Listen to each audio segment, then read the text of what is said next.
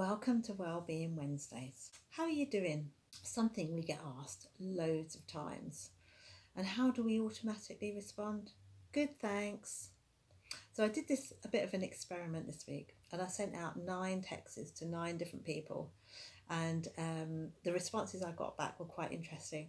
So 5 said, good, thanks. 2 said, okay. 1 said, not bad. And then the last one was quite a lengthy response. But they all answered quite quickly and then very promptly turned the tables on me and asked me the same back, which I thought was quite funny because it's exactly what I would probably do. I was also speaking to my friend last week, and she was telling me about one of her daughters. And one of her daughters, when she was younger, used to really struggle with her well-being. She used to, her emotions were quite out there all the time.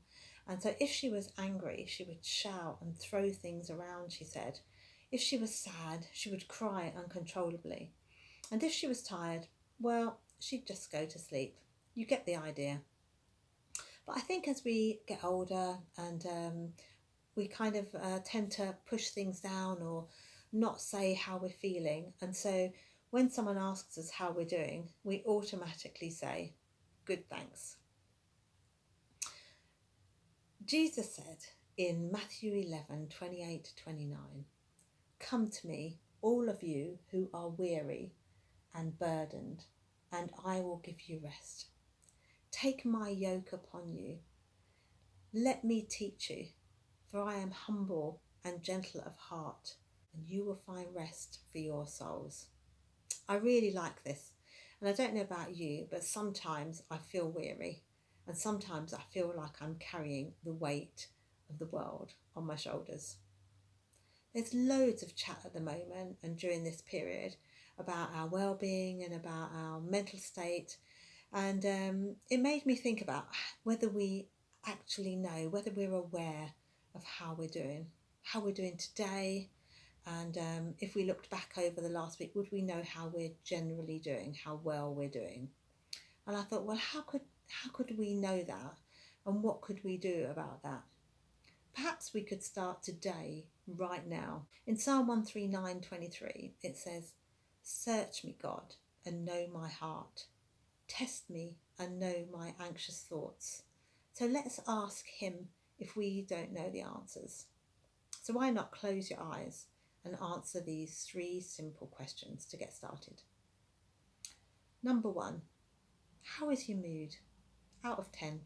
Say 1 being pretty low and 10 being pretty good.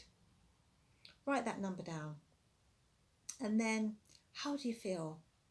Happy, sad, stressed, angry? And apply a colour to it. So choose a colour that fits that emotion. Perhaps even do a key down the side so that you have a different colour for a different emotion.